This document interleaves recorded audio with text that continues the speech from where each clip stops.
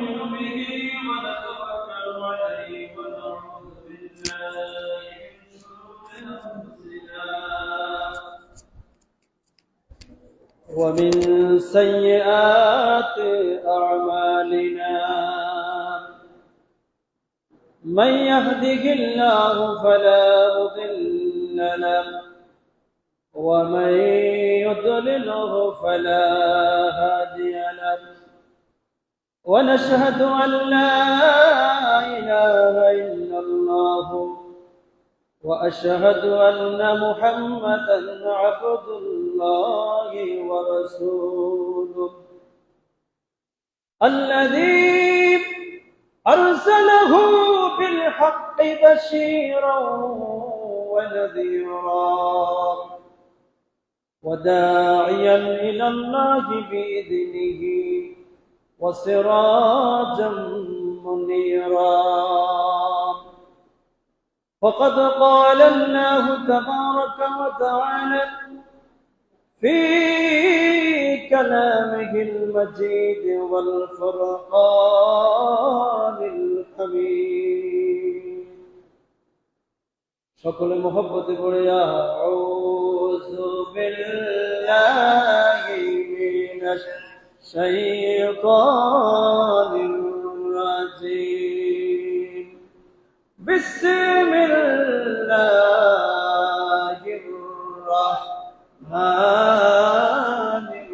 রাহিম ইয়া আইয়ুহাল্লাযীনা আমানু দুখুলু ফিস-সিলমি কাফা ولا تتبعوا خطوات الشيطان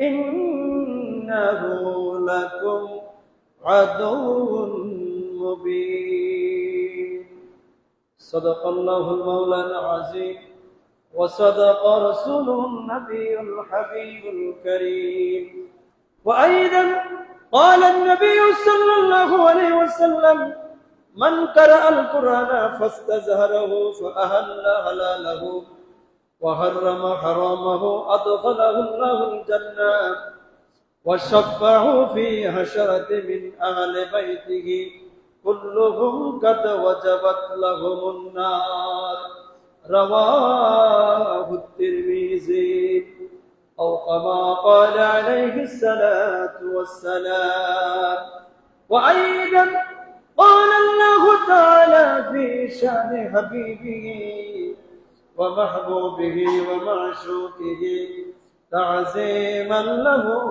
وتوقيرا إن الله وملائكته يصلون على النبي يا أيها الذين آمنوا صلوا عليه وسلموا تسليما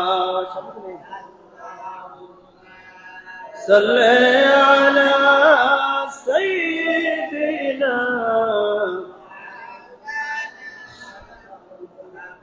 ولا آل سيدنا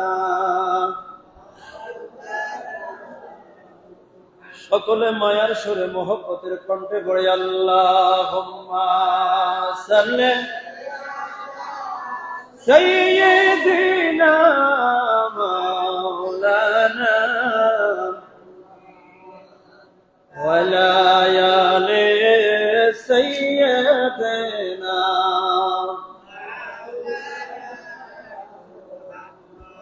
ইয়া আকরামাল খালকি ما لمن ألوذ به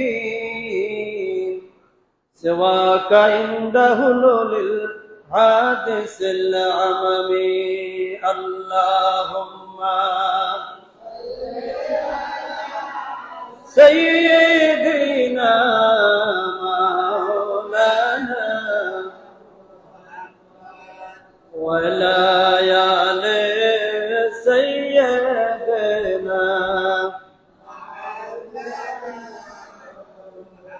والحبيب الذي ترجى شفاعته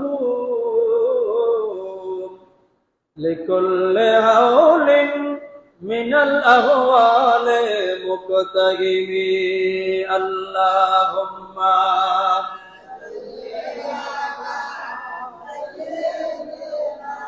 مولانا محمد وعلى آل سيدنا صلاة يا رسول الله عليكم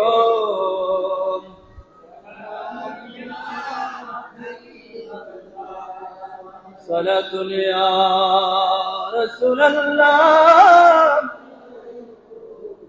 سلام يا حبيب الله خبر لو يا رسول اللہ خبر لو میرے آقا میرے مولا خبر لو صلاۃ یا رسول اللہ علیکم سلام یا مرحبا یا مرحبا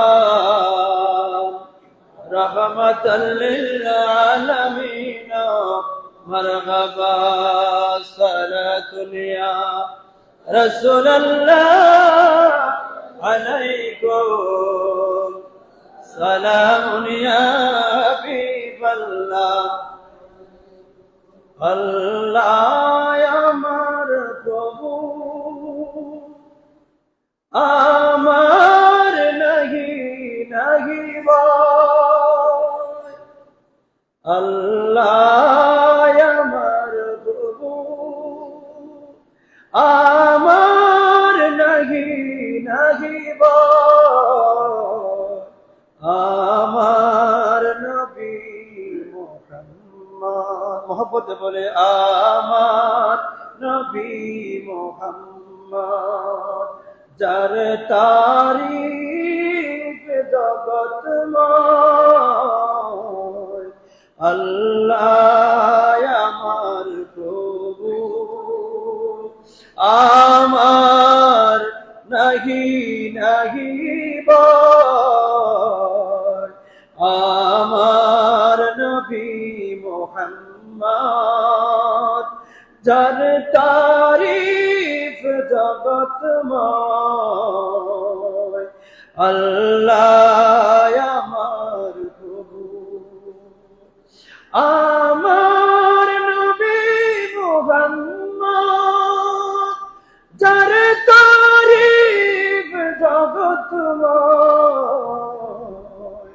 আল্লাহ আমার প্রভু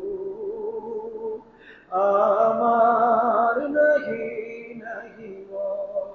ইসলাম আমার ধর্ম কুরআন আমার ডঙ্কা মুসলিম আমার পরিচয় আমার নবী মুহাম্মদ যার তারিফ জগৎময় আমার নবী মুহাম্মদ যার তারিফ জগৎময় মোহব্বতে বলি আলহামদুলিল্লাহ আর আওয়াজে বলি আলহামদুলিল্লাহ উচ্চ আওয়াজে বলি আল্লাহু আকবার আর মোহব্বতে বলি আল্লাহু আকবার আল্লাহ পাকের দরবারে শুকর আদায় করি যে রব্বুল আলামিন আহকামুল হাকিমিন পরওয়ারদিগারে আলম অসংখ্য অগণিত রহম এবং দয়া করে আল্লাহর হাজার হাজার বান্দা হাসপাতালে বেডে শুয়ে আছে সেই হাসপাতালে না রেখে আল্লাহ জান্নাতের বাগান দুনিয়ার একটা জান্নাতের বাগান মসজিদে আমাকে এবং আপনাদের সকলকে আসার ব্যবস্থা করে দিয়েছেন সে রব্বুল ইজ্জতে ওয়াল জালালের দরবারে অবনত চিত্তে আবার কলেমাতুশ শুকর আদায় করি আলহামদুলিল্লাহ আর মহব্বতে বলি আলহামদুলিল্লাহ আমাদেরকে সুস্থ রেখেছে কে? শক্তি দিয়েছে কে? তৌফিক দিয়েছে কে? এই জবানের মালিক কে? জীবনের মালিক কে? সর্বকিছুর মালিক কে? এজন্য বলি আলহামদুলিল্লাহ। আলহামদুলিল্লাহ বলে কি শেষ করতে পারবে?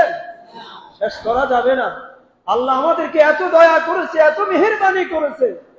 আল্লাহ আমাদের জাতীয় কবি নজরুল ইসলামে তো বলেছে যে যার প্রভু আল্লাহ, যার প্রভু তার আবার কিসের ভয়? সুবহানাল্লাহ বলে। যার প্রভুকে, এখন প্রভু মানে কি? প্রভু মানে হলো সর্বকিছু যিনি মালিক। প্রভু মানে হলো যিনি আপনাকে চাওয়ার আগে দিয়ে দেয়, যিনি আপনার প্রয়োজন 1000 বছর আগে রেডিমেড করে রেখে দিয়েছে, বলি সুবহানাল্লাহ। অতএব যার প্রভু আল্লাহ, তার কোনোদিনও কোনো ভয় থাকতে পারে? তার মরণটাও নিয়ামত, শাহাদাতটাও কি নিয়ামত, গাজী হওয়াটাও কি নিয়ামত। জীবনের প্রত্যেকটা অন্তরে যে ব্যক্তি আল্লাহকে প্রভু হিসেবে মেনে নিয়েছে, আমার নবীকে নবী হিসেবে মেনে নিয়েছে, এই পৃথিবীতে জলে ও স্থলে কোন জায়গায় তার ভয় নাই, বলি সুবহানাল্লাহ। কোন জায়গায় তার কি নাই? ভয় নাই। আল্লাহ বলেন হুয়াল্লাযী খালাকা লাকুম মা ফিল আরদি জামিয়া। এই পৃথিবীতে জলে আর স্থলে আল্লাহ একটা একটা করে নাম ধরে বলবে না, আল্লাহ এক শব্দ ব্যবহার করেছে, জামিয়া। কি বলছে? জামিয়ার এটার ইংলিশ হলো এভরিথিং। ইংলিশ কি? আচ্ছা, এভরিথিং বললে কি আর কিছু বাকি থাকে? তো আল্লাহ এক কথা বলে দিয়েছে জামিয়া। আসমান এবং জমিনে যত কিছু আমি বানাইলাম সব কিছু আমার বান্দার জন্য, বলে সুবহানাল্লাহ। এই সব কিছু বান্দার খেদমত করবে। গোটা সৃষ্টি জগৎ, এই 18,000 মখলুকাতের সব কিছু আল্লাহ বলে সব কিছুকে বানাইলাম আমি খাদেম হিসেবে, আর মানুষ হলো শ্রেষ্ঠ জাতি, তাদের খেদমত করে তারাই দামি হয়ে যাবে, বলে সুবহানাল্লাহ। প্রিয় হাজিরিন, সেই আল্লাহ রাব্বুল আলামিন আমাদের প্রভু, কোনো সন্দেহ আছে? আমাদের রবকে বলেন, আমাদের রবকে, আমাদের জীবনের মালিককে, হায়াতের মালিককে, ইজ্জত দেওয়ার মালিককে, সর্বকিছুর মালিক হলো সেই আল্লাহকে। যারা যত বেশি ভালোবেসেছে তারা শাহাদাত অবস্থাও হাসি মুখে বিদায় নিয়েছে, বলে সুবহানাল্লাহ। কারণ সে বিশ্বাস করে যে আমার আল্লাহ যা করে সব আমার কল্যাণের জন্য করে। কির জন্য? কল্যাণের জন্য করে। অতএব আল্লাহ যদি আমার মৃত্যুটা শাহাদাতেও লিখে রাখে, আল্লাহ যদি আমার মৃত্যুটা আগুনের মধ্যেও লিখে রাখে, আল্লাহ যদি আমার মৃত্যুটা সাগরের মধ্যেও লিখে রাখে, এটাও আমার প্রভুর ফয়সালা। অতএব মালিকের ফয়সালার উপর হাত দেওয়ার কারো কোনো ক্ষমতা। অতএব এটা আমাকে হাসি মুখে মেনে নিতে হবে, বলতে হবে আলহামদুলিল্লাহ। বলি আলহামদুলিল্লাহ। প্রিয় হাজিরিন, সে রব্বুল আলামিন আহকামুল হাকিমিন কুরআনুল কারীমে আমাদেরকে বলতেছেন সূরাতুল বাকারার 208 নম্বর আয়াত। কোন সূরা? সূরাতুল বাকারা। সূরা বাকারা। আল্লাহ বলেন বিসমিল্লাহির রাহমানির রাহিম। ইয়া আইয়ুহাল্লাযীনা আমানু দুখুলু ফিস-সিলমি কাফা ولا تتبعوا خطوات الشيطان إنه لكم عدو مبين। চুষরে বলে সুবহানাল্লাহ। আল্লাহ ঈমানদারদেরকে বলে, কাদেরকে বলে? ঈমানদারদের সাথে। আল্লাহর যত বলা সব ঈমানদারের সাথে, কারণ ঈমানদারের সাথে আল্লাহর এই জগৎ সম্পর্ক, ওই জগৎ সম্পর্ক। এবং আল্লাহ ময়দানে মাহশরে যাদের সাথে সরাসরি দেখা দিবে তারা হলো ঈমানদার। সুবহানাল্লাহ বলে। বেঈমানের সাথে আল্লাহর যে জলওয়ায়ে ইলাহি, এটা বেঈমানকে দেখবে না। দেখবে কারা? ঈমানদাররা। কারা দেখবে? ঈমানদাররা। সে আল্লাহ ইয়া আইয়ুহাল্লাযীনা আমানু, হে ঈমানদাররা, উদখুলু ফিস-সিলমি কাফা, তোমরা ইসলামে, কাফা শব্দের অর্থ হলো পরিপূর্ণভাবে।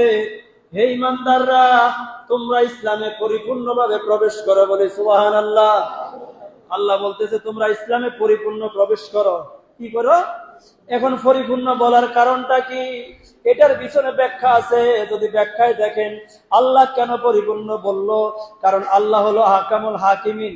আল্লাহ জানে যে আমরা যে সুবিধাবাদী হব, এটা আল্লাহ জানে কিনা? বলা জানে কিনা? এজন্য আল্লাহ বান্দার খবর জানেন যে যেটা আমার জন্য ভালো সেটা আমি রিসিভ করব, যেটা আমার জন্য কষ্ট হবে সেটা আমি রিসিভ করব না, যেটা আমার জন্য কল্যাণ হবে সেটা আমি নিব, যেটা আমার জন্য কষ্ট হবে সেটা আমি নিব। এটা আমার আল্লাহ ভালো করে জানে। আল্লাহ জানে বান্দা নামাজ পড়তে যদিও রাজি হয়, যাকাত দিতে রাজি হবে না। কারণ নামাজ পড়তে টাকা খরচ হয় না, যাকাত দিতে পকেটে হাত দিতে হয়। কথা বলেন ঠিক কিনা? এই জন্য আল্লাহ এই জন্য বলে তুমি নামাজ যে ব্যক্তি পড়বে যাকাতও সে দিবেন, যদিও এটা কষ্টকর। এই জন্য আমার আল্লাহ জানে বান্দার অবস্থাটা কি হবে, বান্দার অবস্থা কি হবে।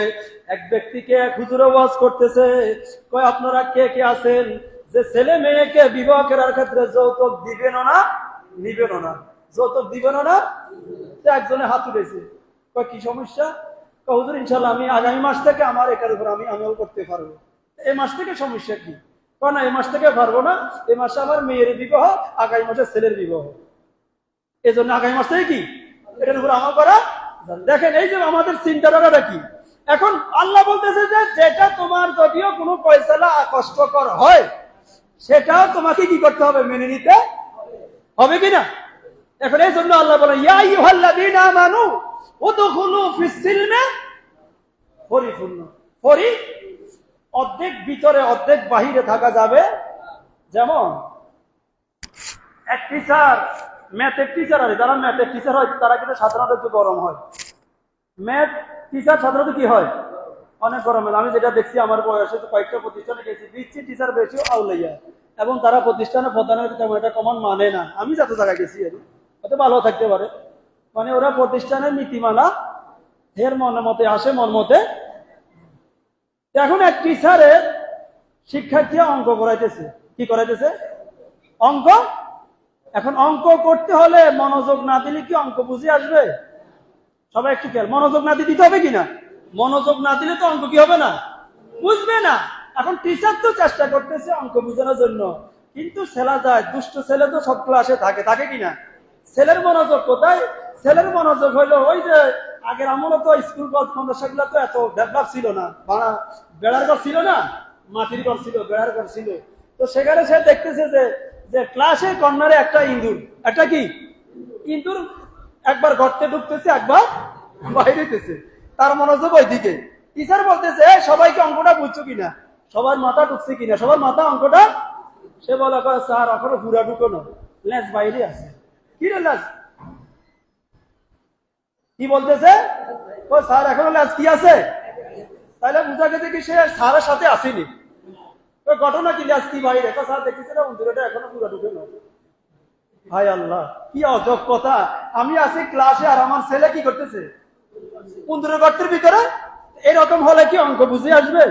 বুঝে। এখন আল্লাহ বলতেছে যে আমাদেরকে বলতেছে ইয়া আইয়ুহাল্লাযীনা আমানু উদখুলু ফিস সিলমে কাফা, তোমরা পরিপূর্ণ ইসলামে প্রবেশ করো।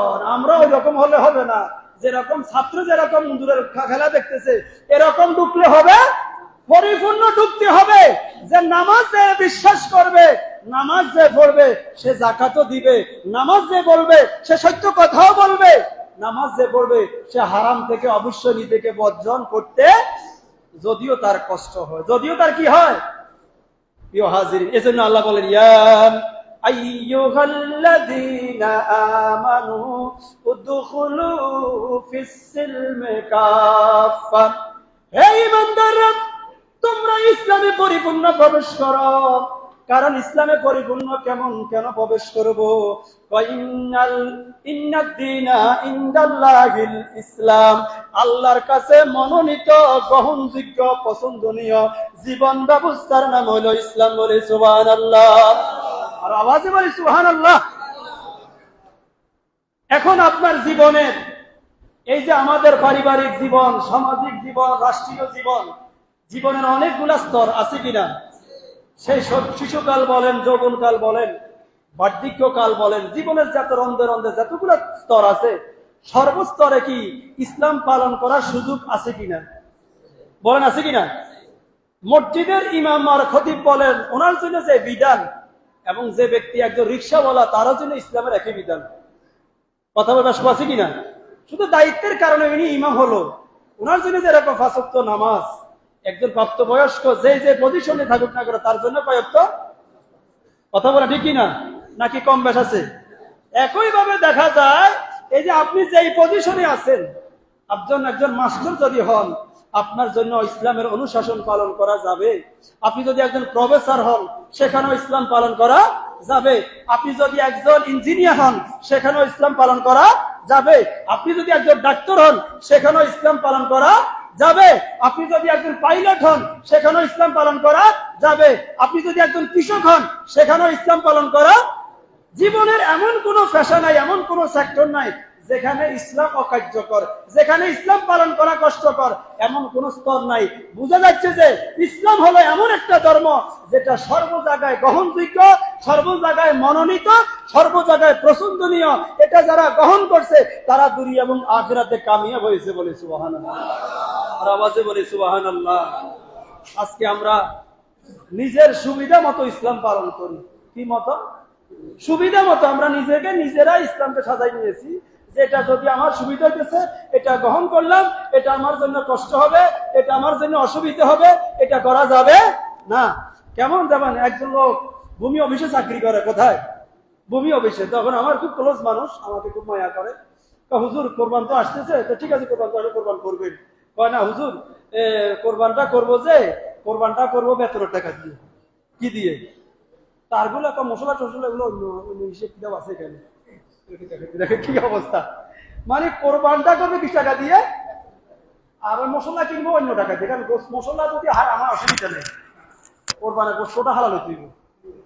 মানে এর বুঝাতে চাই যে এটাই, যে এই যে তার কনসেপ্টটা কি, সে 2 নম্বরই করতেছে এবং 2 নম্বর করে সেখানে আল্লাহকে ফাঁকি দেওয়া চেষ্টা করতেছে যে হুজুর না, কোরবানটা আমাদের টাকার মধ্যে একটু ভেজাল আছে। আমাদের টাকার মধ্যে কি আছে? ভেজাল আছে। অতএব ভেজাল টাকা দিয়ে কোরবানটা করবো না, কোরবানটা করবো কি টাকা দিয়ে? একবারে ফিউ টাকা দিয়ে, ওটার মধ্যে যেন ভেজাল না হয়। অন্যগুলা যেগুলো আছে এগুলা ভেজাল হলে অসুবিধা। বলেন নাউজুবিল্লাহ। আচ্ছা, আপনি যে ফাঁকিটা করতেছেন এটা মনে হয় আমার আল্লাহ মনে হয় জানে না, জানে কি না? আপনি যে এত বড় মক্করবাজ, আমার আল্লাহ বলেন ওয়া মাকারু ওয়া মাকারাল্লাহ ওয়াল্লাহু খায়রুল মাকিরিন। এই পৃথিবীতে যত কৌশলী আছে, যত চক্রান্তবাজ আছেন, যত চিন্তাশীল আছে, আমার আল্লাহ থেকে অধিক চিন্তাওয়ালা আর কেউ বোন আছে? আল্লাহর প্ল্যান থেকেও সর্বোত্তম প্ল্যান আর কিছু নাই। এখন আমার আল্লাহ বলে যে তোমরা যে এই যে এরকম পরিকল্পনা করো, এগুলা দিয়ে কি আল্লাহকে কি রাজি করা যাবে? বলে রাজি করা যাবে? আমার দেশের অনেক ভাইয়েরা, অনেক বন্ধুরা, অনেক বাবারা পত্র পত্রিকা দেখা যায় প্রতি বছরে হজে যায়। প্রতি বছরে কি যায়? হজে যায়। হজের মধ্যে 1 নম্বর। হজের মধ্যে কি 1 নম্বর? আমি গ্রামের কথা বলবো না, বিশেষ করে শহর এলাকায় যাদের অঢাল সম্পদ আছে, প্রতি বছর কি যায়? হজে যায়। কিন্তু যে ব্যক্তিটা প্রতি বছর হজে যায়, কিন্তু যাই দেখা যায় তার গ্রামের অবস্থা যদি খবর নেওয়া হয়, সেখানে দেখা যাবে যে তার পরিবারের, তার রক্ত সম্পর্কিত অনেকেই আছে যারা অনেক কষ্টে দিন তার অতিবাহিত করতেছে। এরকম আছে কিনা? তার পরিবারে, ফ্যামিলিতে অনেক ভাই আছে যারা অনেক কষ্টে দিন যাপন করতেছে। টাকার অভাবে ভাই চিকিৎসা করতে পারতেছে না, টাকার অভাবে ভাইয়ের মেয়ে বিবাহ দিতে পারতেছে না, টাকার অভাবে বোনের মেয়ে বিবাহ দিতে। কিন্তু উনি প্রতি বছর কি হজ? কিন্তু আসলে কি প্রতি বছর কি হজ করা ফরজ? হজ জীবনে ফরজ কয়বার? একটু বলেন কয়বার? একবার হজ করা ফরজ। আমার নবী রহমতুল লিল আলামিন, শফিউল মুজনবিন, সুরুরে কায়নাত, সরওয়ারে কায়নাত, দয়াল নবীকে যখন প্রশ্ন করলো ইয়া রাসূলুল্লাহ, নবীজি যখন হজের বিধান আসলো, যে হজের নির্দেশনা আসলো, তখন নবীকে সাহাবায়ে কেরাম বলল ইয়া রাসূলুল্লাহ আ'আম্মুকুম কুল্লু ইয়াউমিন। নবীজিকে আমরা কি প্রতি বছর হজ করব? নবীজি যখন জিজ্ঞাসা করলো, আমার নবীজি কোনো উত্তর দেয়নি। আবার জিজ্ঞাসা করলো, আমার নবীজি কোনো উত্তর দেয়নি। আবার জিজ্ঞাসা করলো, নবীজি উত্তর কয়বার জিজ্ঞাসা করছে? 3 বার। 3 বার আমার নবী নীরব থেকে আমার নবী বলতেছে লাউ কুনতু নাম লা ওয়াজাবাত কুল্লু আমিন। যদি আমি তোমাদের জন্য বলতাম যে নাম, তাহলে প্রতি বছরে তোমাদের জন্য হজ ফরজ হয়ে যেত, যেটা তোমরা কখনো পারতা না। বলে সুবহানাল্লাহ। পারতাম আমরা? জীবনে একবারও তো পারা যায় না। কথা বলা ঠিক না? জীবনে একবারও তো পারা যায় না। আমরা অনেকে অনেকভাবে আল্লাহকে বুঝাই। আবার অনেকে আছে তার উপর হজ ফরজ, সে উমরা করে চলে আসছে। কি করে চলে আসছে। এটাও একটা ফাঁকিবাজি। এটাও কি আপনার এই ফাঁকি কিন্তু আমার আল্লাহ জানে নাকি জানে না? না আল্লাহ মনে যোগ বিয়োগ বুঝে না, মনে বুঝিনি। প্রভিডেন্ট ফান্ড বুঝিনি আল্লাহ, হ্যাঁ এলফিআর বুঝিনি আল্লাহ, না এগুলো বুঝিনি। এটা আপনি যদি আল্লাহকে ফাঁকি দেন আপনি ফাঁকি খাইবেন। কারণ পৃথিবীতে আমার আল্লাহ থেকে মহাজ্ঞানী আর কেউ। আপনার উপর হজ ফরজ, আপনি করছেন কি? আমার সাথে বলেন কি করছেন? উমরা কি কোনো জায়গায় ফরজ লেখা আছে? উমরা করা সুন্নত। উমরা করা কি? তো সুন্নত। আপনি কি এখন কি জুমার নামাজে আসছেন? এই জুমার নামাজের যে নামাজটা এবং খুতবাটা এটা হলো কি ফরজ? এটা হলো কি যে আমি না জুমার নামাজও পড়লাম না, কাবলাল জুমা পড়ি ভাই চলে গেছে, এটা কেউ বলি না, কাবলাল জুমা তো পড়ছি, হবে না? একই ভাবে যেভাবে আপনি জুমার দিন কাবলাল জুমা পড়ে যদি বাড়িতে চলে যান জুমার নামাজ হবে, একই ভাবে হজ ফরজ হয়েছে উমরা করি বাড়িতে আসছেন, এটা হজ হয় আপনার উপর। ওই ফরজটা এখনো রয়ে গেছে, আপনাকে করতে হবে। আপনি মরে গেলে আপনার ছেলে হইলেও করে দিতে হবে, না হলে কিয়ামতের ময়দানে আপনাকে অবশ্যই আসামির কাঠগড়ায় দাঁড়াতে হবে কিনা? বিধান কার? একটু বলেন বিধান কার? আল্লাহর বিধানকে লঙ্ঘন করার অথরিটি আল্লাহ কাউকে দেওয়া হয়েছে? মসজিদের ইমামকে দেওয়া হয়নি, খতিবকে দেওয়া হয় নাই। এটা চূড়ান্ত ফয়সালা আল্লাহর, যে যে ব্যক্তিকে আমি মক্কাতুল মুকাররমা মদিনায় তৈয়বায় সফর করার ক্ষমতা দিয়েছি এবং ওই সময়তে তার পরিবার পরিজন কারো দ্বারস্থ হতে হবে না, ওই ব্যক্তির উপর হজ করা ফরজ। কি হজ করা? কি ফরজ? হজ করা কি? অতএব আমরা যতই কৌশল অবলম্বন করি, আমরা যতই সক্রান্ত করি, আমরা যতই ধোঁকা দিতে চাই, আমার আল্লাহ আমাদের সব প্ল্যান এগুলো আরো ভালো বুঝে।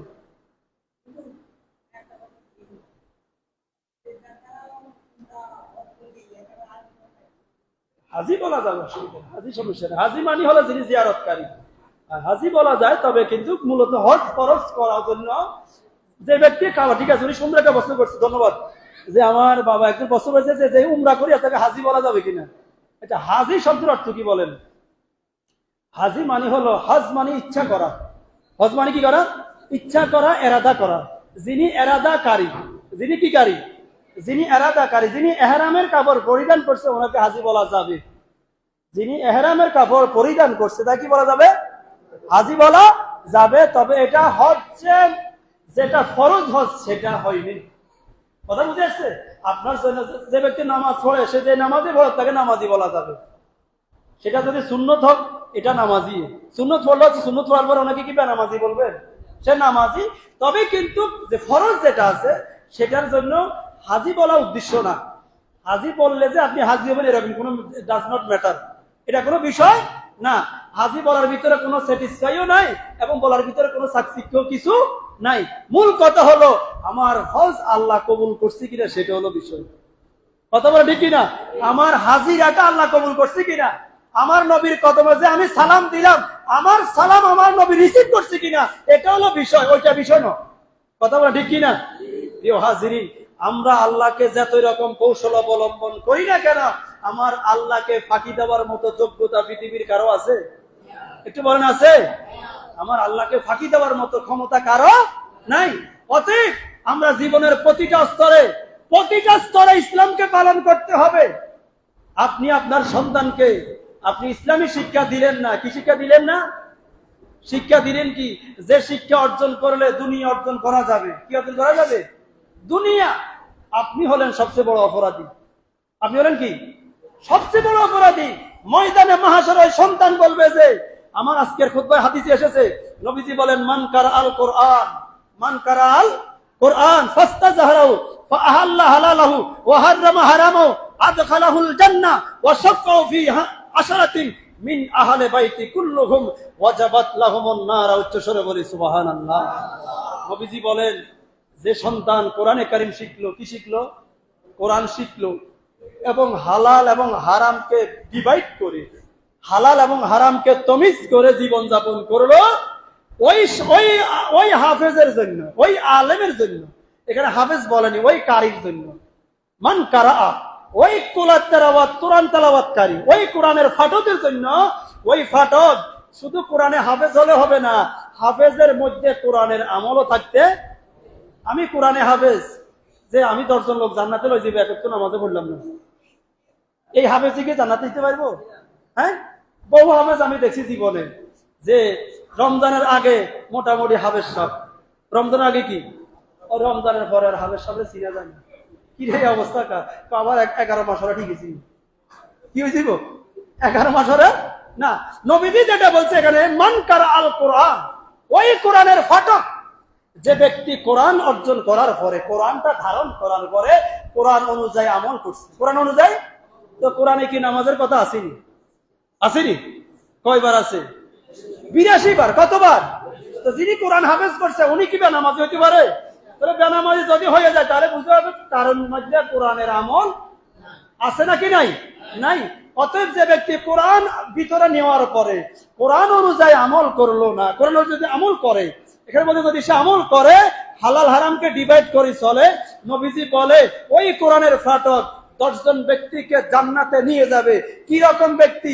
যাদের উপর জাহান্নাম ওয়াজিব হয়েছে, এরকম জাহান্নাম ওয়াজিব বলা 10 জন ব্যক্তিকে ওই আমলদার কোরআনের ফাটক জান্নাতে নিয়ে যাবে বলে সুবহানাল্লাহ। আর আওয়াজে বলে সুবহানাল্লাহ। কয়জনকে নিবে? যার ভিতরে কোরআন যেরকম ভিতরে ঢুকাইছে, ওই ভিতরের এটা বাস্তবে আমল করছে, ভিতরে আছে সামনে নাই। কথা বুঝে আসছে? ভিতরে কোরআন আছে কিন্তু বাইরে কোরআন, সে ব্যক্তি নয়, ওই ব্যক্তি যে কোরআনটা ভিতরে ঢুকানোর সাথে সাথে বাস্তব জীবনে সেটাকে অ্যাপ্লাই করছে, বাস্তব জীবনে সেটা কি করছে? অ্যাপ্লাই করছে। ওই ব্যক্তি তার পরিবার আপনজনের ভিতরে হোক দূরের হোক, সে 10 জনকে সুপারিশ করবে। সুপারিশ কি আমাদের কোর্ট কাছারিতে কি অপরাধীকে সুপারিশ করে নাকি বিনা অপরাধীকে সুপারিশ করে? বলেন, আমরা যে একজন মানুষ রিকোয়েস্ট করে না কেউ কারোর জন্য, সেখানে ব্যক্তিটা কি অপরাধী হলে না নিরপরাধী হলে?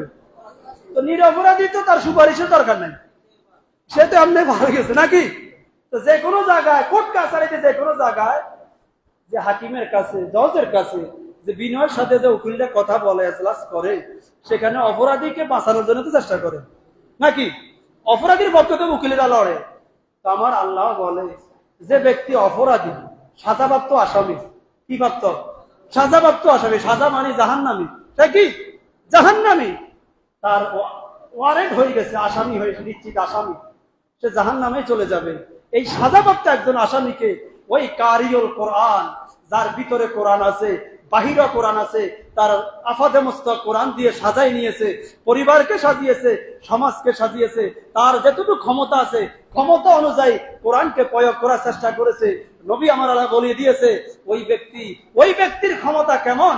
ওই ব্যক্তিকে 10 জন ব্যক্তিকে, গুনাহগার ব্যক্তিকে পার করে দেওয়ার অথরিটি দেওয়া হয়েছে বলে সুবহানাল্লাহ। আর আওয়াজে বলি সুবহানাল্লাহ। এখানে হাফেজ আর আলেম বলতে কোনো কথা নয়, কথা বুঝে আসছে? বিশুদ্ধ হতে হবে, সহি হতে হবে। কোরআনও আছে, আমলও আছে, কোরআনও আছে, প্রয়োগও আছে। কোরআন ঢুকিয়েছে কিন্তু বাস্তবে কোনো কাজ নাই। শুধু কোরআনটা শিখেছে রমজান মাস জন্য, কি জন্য? শুধু আলেম হয়েছে মানুষকে ধোঁকা দেওয়ার জন্য। এরকম হলে হবে? প্রিয় হাজিরিন, আমাদেরকে কেউ আল্লাহর দরবারে ফার পাওয়ার কোনো সুযোগ, যেভাবে ইমামেরও সুযোগ নাই, খতিবেরও সুযোগ নাই, মুসল্লিরও কোনো সুযোগ আসেনি। কারণ আল্লাহর কাছে বন্দা হিসেবে সবাই বরাবর। সবাই কি বরাবর? আপনাকে আপনার জায়গায় জিজ্ঞাসা করা হবে, আমাকে আমার জায়গায় জিজ্ঞাসা করা নাকি হবে না? হবে কি না? অবশ্যই হবে, জিজ্ঞাসা করা হবে।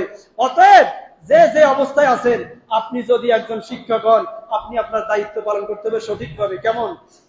আমার স্যার আছে এখানে, যে আল্লাহ কোরআনে কারিমে বলেন যে তোমরা ওজনে কম দিও না। কি বলিও না? একটু খেয়াল করেন, এখানে অনেক ব্যবসায়ী আছে, ওজনে কম দেওয়ার অনেক ব্যাখ্যা আছে, ওজনে কম দেওয়ার অনেক। আপনি যদি কাস্টমারকে ঠকাইতে চান, বহু রকম কৌশল আছে, আছে কিনা? একজন যদি ব্যবসার যদি উদ্দেশ্য যদি হয় যে সে কাস্টমারকে ঠকাবে, এখন বর্তমানে অনেক ব্যবসায়ী আছে। নবীজি কিন্তু ব্যবসায়ীদের জন্য অনেক সুসংবাদ দিয়েছে। যারা সৎ ব্যবসায়ী তাদের জান্নাত হবে নবীদের সাথে, বলি সুবহানাল্লাহ। কাদের সাথে?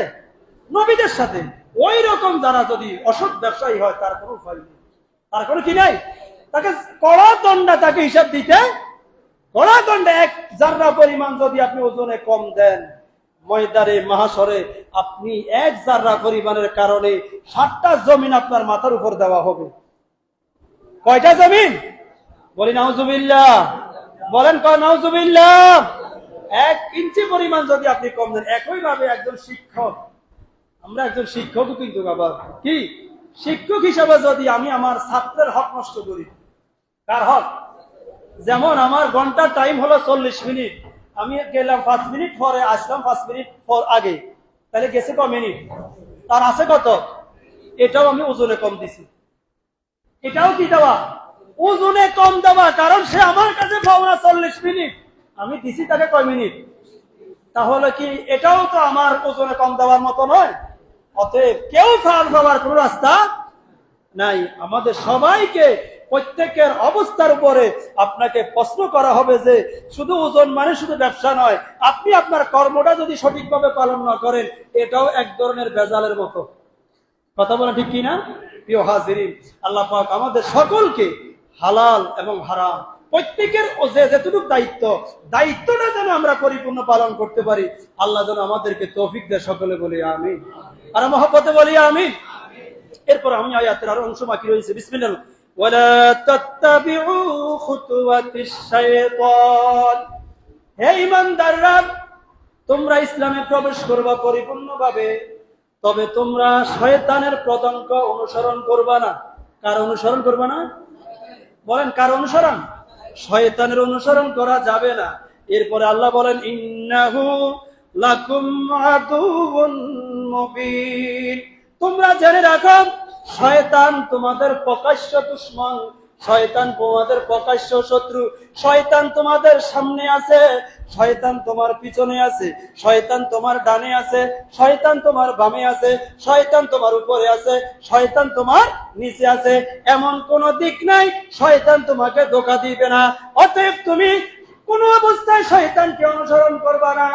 শয়তান তোমাকে চ্যালেঞ্জ করে বলবে যে বারবার তোমাকে শয়তান ধোঁকা দিবে। কি জন্য ধোঁকা দিবে? শয়তান চাইছে যে তোমার ঠিকানা জাহান্নামে হোক। কোথায় হোক? শয়তান কি আছে আমরা যদি সবাই জান্নাতি হই, শয়তান খুশি না বেজার? বলেন খুশি না বেজার? শয়তান খুশি না বেজার? বেজার। এদেশের মহিলা যদি সবাই পর্দানিশীল হয়, কিছু কিছু শয়তান আছে তারা বেজার হয়ে যাবে। কিরকম? যেরকম শিয়াল যেরকম মোরগ না পাইলে বেজার হয়ে যায়, এদেশের কিছু নাস্তিকও আছে, তারা চায় যে এদেশের মহিলারা বাজারে বাজারে উলঙ্গ থাকে। কথা বলেন ঠিক কিনা? তারাও শিয়ালের মতো। কিসের মতো? এরা মূলত নারীর অধিকার চায় না, মূলত তারা নারীর ইজ্জতের নষ্ট করতে চায়। কথা বলেন ঠিক কিনা? যারা নারীর অধিকার চায় তারা বলবে যে নারী পর্দার ভিতরে সেফ। কিসের ভিতরে? পর্দা হলো নারীর জন্য সেফ জোন, সেফ। আর যে সমস্ত কুলুঙ্গাররা রাজধানীর জীবনে, রাজধানীতে বিভিন্ন মানববন্ধন করে, আমাদের দেশে বিভিন্ন নারীও এখন আছে, এরা কি নারী না পুরুষ সেটা চিন্তা, সেটা পরীক্ষা করতে মেশিন লিখবে। আছে কিনা? আচ্ছা, এদের মা বাবা আছে কিনা আমার জানা নাই। আসলে পত্র পত্রিকায় এমন এমন নারীদেরকে দেখা যায়, আসলে কি এটা পুরুষ না মহিলা, এটা পরীক্ষা করে 2-4 ঘন্টা পরে বাইর করতে হবে। বলি নাউজুবিল্লাহ। আছে কিনা এরকম? অতএব যারা বলবে যে নারীদেরকে পর্দা করা নারীর হীনতা নয়, এটা হলো নারীর ইজ্জত, এটা হলো নারীর সম্মান, এটা হলো নারীর জন্য সবচেয়ে বড় অলংকার। বলি সুবহানাল্লাহ। অতএব যারা নারীকে বেপরদায় রাস্তায় নামাতে যায়, তাদের উদ্দেশ্য হলো কিসের মতো? শিয়ালের মতো। শিয়ালের মতো। কিসের মতো? বলেন কিসের মতো? কারণ শিয়াল চায় যে এদেশে মোরগ সবগুলা যেন বাইরে থাকুক, একটা মোরগও যেন ঘরে না থাক। মোরগগুলা কোথায় থাকুক? বাইরে থাকো। বাইরে থাকলে শেষ প্রতিদিন ভালো ভালো খাবার খাবে নাকি? প্রতিদিন তার জন্য আপডেট আসবে। অতএব আমাদেরকে ইসলামের বাহিরে যখন চলে যাব, তখন আমরা শয়তানের আক্রান্তে পড়ে যাব। কিসের আক্রামে? ইসলামের সীমানায় যখন আমরা অতি ওভারকাম করব, ইসলাম যখন ভালো লাগবে না, তখন আমরা চলে যাব কার আওতায়? একটু বলেন কার আওতায়? শয়তানের আওতায়।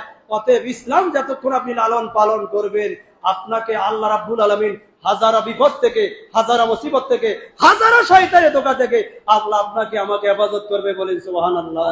আর আওয়াজে বলি সুবহানাল্লাহ। তাহলে ইসলাম পালন করতে হবে কিনা?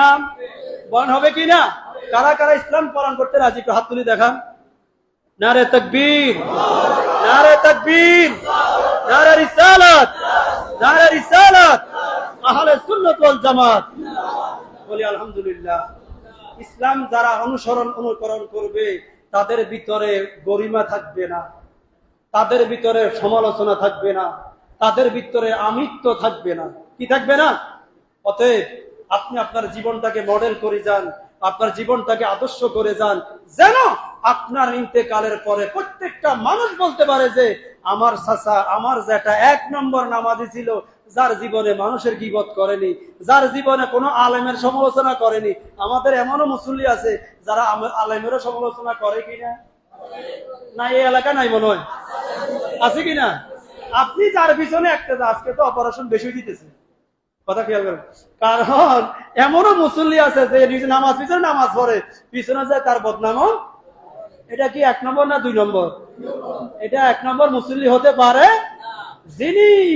যিনি আমার ইমাম হয়েছে, আমি তার প্রতি সর্বোচ্চ অনার থাকবে, সর্বোচ্চ শ্রদ্ধা থাকবে, তাকে টাকা দিয়ে পারি, বুদ্ধি দিয়ে পারি, পরামর্শ দিতে পারি, তার সাথে আমার ভালো সম্পর্ক থাকার প্রয়োজন আছে কিনা? বলেন আছে কিনা? এই যে আমি আপনাদের কাছে অনেক দূর থেকে আসি, আমার ইমাম সাহেব যিনি নামাজ পান যেখানে পড়ায়, আমি পড়াই 1 ওয়াক্ত, সে পড়ায় সপ্তাহে কয় ওয়াক্ত? তাহলে তার সাথে আপনাদের সম্পর্ক বেশি হবে না কম হবে? বেশি হওয়ার দরকার না? দরকার আছে, এবং তাকে বেশি খেয়াল করার দরকার। কথা বল ঠিক কিনা? কারণ একটা অনেক দূর বাড়ি, তার খাওয়া দাওয়া ভালোভাবে চলে কিনা, তার বেতনটা ঠিকভাবে পাইতেছি কিনা, পরিবারটা ঠিকভাবে চলে কিনা, নামাজ পড়ে চলে গেলাম, কোনো খোঁজ খবর নাই, হুজুরে খাই মরক বাসি মরক, মরলে মরক, মরলে ইনারিল্লাহ হয়ে জানাজা দিই, যাতে লাশ সরাই দিই মারি। আছে কিনা এরকম? দায়িত্ব কি আমরা পালন করি? যে একজন ইমাম তার পরিবার কি চলে কিনা, তার সংসার চলে কিনা। আমার যেরকম সংসার আছে তারও তো একটা সংসার আছে, আছে কিনা? আমার যেরকম বাজারে গেলে টাকা লাগে বাজার জন্য, ইমামরের মনে হুজুরা দিই টাকা, হুজুর দোয়া করিয়ে বস্তু দোয়ান, এটা বলে নাকি?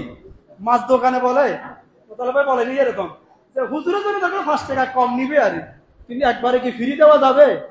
দেওয়া যাবে না। এই জন্য আপনারা যারা মুসল্লি হবেন অবশ্যই ইমামের খোঁজ খবর রাখবেন। ইমাম আসলে সে কষ্টে আছে কিনা, সে যদি আপনি তার পিছনে নামাজ পড়তেছে, সে কষ্টে আছে ফ্যামিলিগত ভাবে, পারিবারিক ভাবে, তাহলে দেখা যায় আপনার নামাজটা পরিপূর্ণ হবে। সে যদি পারিবারিক ভাবে স্বস্তিতে থাকে, নামাজটা সুন্দরভাবে পড়াতে পারবে। কথা বলে ঠিক কিনা? অতএব সমালোচনা যাবেন না। যদি আপনার ভালো না লাগে, ইমামতি চাকরি এটার মতো সহজ বিদায় আর বিধি আর কিছু নেই। যদি বলেন যে আগামী 2 দিনের ভিতরে চলে যান, উনি থাকতে পারবেনি, আর এখানে নাকি ইউনিয়ন পরিষদের বিচার করতে হবে, ইউনিয়ন অফিসে যাইতে হবে, এটা একবারে রেডিমেড। আপনি যখন আমার চাকরিটা ইচ্ছা করলে আপনারা বলে দিতে পারেন হুজুর আগামী সপ্তাহে না আসলে ভালো হয়, আর আমিও বলে দিতে পারি যে হুজুর আগামী সপ্তাহে নাও আসতে পারে। তাহলে সহজ কিনা? এটার মতো সহজ চাকরি পৃথিবীর আর কিছু রেডিমেড। এটা ইনস্ট্যান্ট বিদায়, ইনস্ট্যান্ট চাকরি, এটা মুহূর্তের ভিতরে আছে, মুহূর্তের ভিতরে নাই। অতএব আশা করব একটা সুসম্পর্ক রাখবেন ইমামদের সাথে। আল্লাহ যারা ইমামদের সাথে, আলেমদের সাথে যাদের সম্পর্ক ভালো হয়, তাদের বংশধর ভালো সন্তান আসবে। কি আসবে? তাদের বংশে ভালো সন্তান আসবে। যারা আলেমদের সাথে দুর্ব্যবহার করে, আলেমদের সাথে ভালো সম্পর্ক নাই, পরবর্তী জেনারেশনে খারাপ সন্তান আসবে। কি সন্তান আসবে? যে সমস্ত সন্তান আপনাদের সদকা জারিয়া হবে না। আল্লাহ পাক আমাদের সকলকে অনেকগুলা কথা বলে ফেললাম, ক্ষমার দৃষ্টিতে দেখবেন। দায়িত্বের কারণে বলতে হয়। কিসের কারণে? দায়িত্বের কারণে। সবাই মসজিদমুখী হয়ে যান, ইসলাম যেন আমরা পরিপূর্ণ পালন করতে পারি। আল্লাহ আমাদেরকে তৌফিক দেয়। সকলে বলি আমিন। ওয়া মা তৌফিক ইল্লা বিল্লাহ। আসসালামু আলাইকুম ওয়া রাহমাতুল্লাহ।